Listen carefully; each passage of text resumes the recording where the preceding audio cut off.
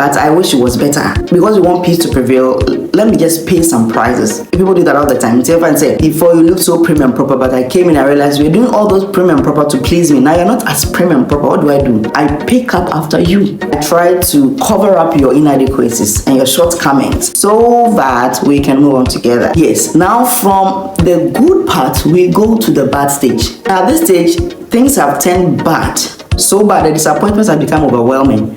The disillusionment has become so real that partners find ways to make things work between them. Because if that effort is not done, then the relationship will decline further to worse. Some people will run to counselors, some people will run to stakeholders, family members, parents, friends, people who they think can talk sense into the relationship or try to sustain the relationship with their wisdom or with their presence, honor and face. Because at this point, people are completely like they've tried everything, it's not working.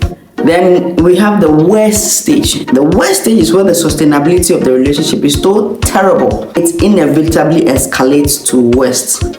At the worst stage, people are getting tired already and they are contemplating leaving because they cannot cope with the disillusionment, they cannot cope with the disappointment. No matter what happens, no matter who has come to speak in the matter, no matter where it has gotten to, which stakeholders have gotten into the relationship to try to mend or sustain it.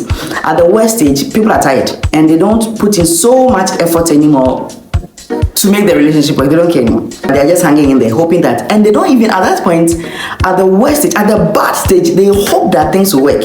So they bring in help. But at the worst stage, they don't really know or care if it can work anymore. And they are actually thinking of leaving. People's characters, words thrown at each other, and things left unattended to, emotions left unattended to, like neglect, all those things. And it has created pain and hurt in people's hearts that at the worst stage, they are contemplating leaving. From there, it rapidly progresses to the worst stage where people literally leave the marriage or they leave the relationship. At which point, a separation or divorce is the only option left to both partners for their own sanity. Now, Dr.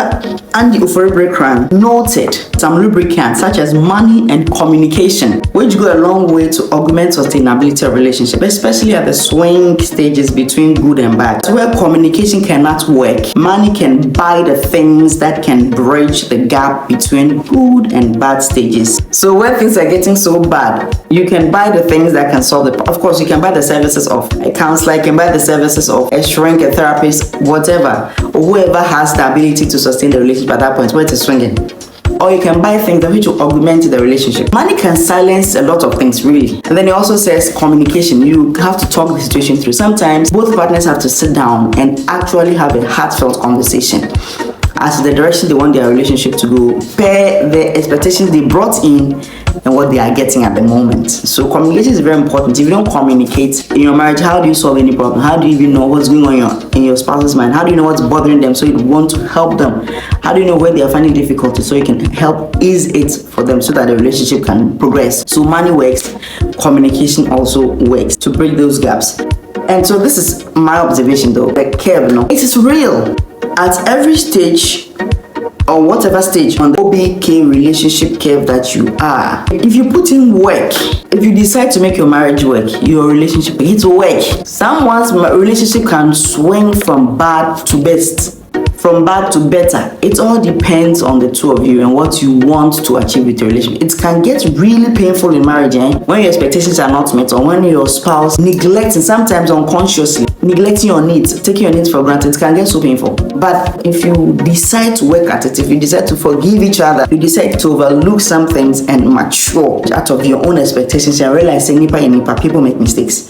People can only try this much and cut each other some slack, cut yourself some slack, cut your partner some slack, and take the marriage in stride, take the relationship in stride, and then valuing the relationship that you're in. If the man values the woman and whatever meaning you are creating together, if the woman values the man and whatever meaning you are creating together, at whichever point or stage on the relationship curve that you are, you can turn it around to be better.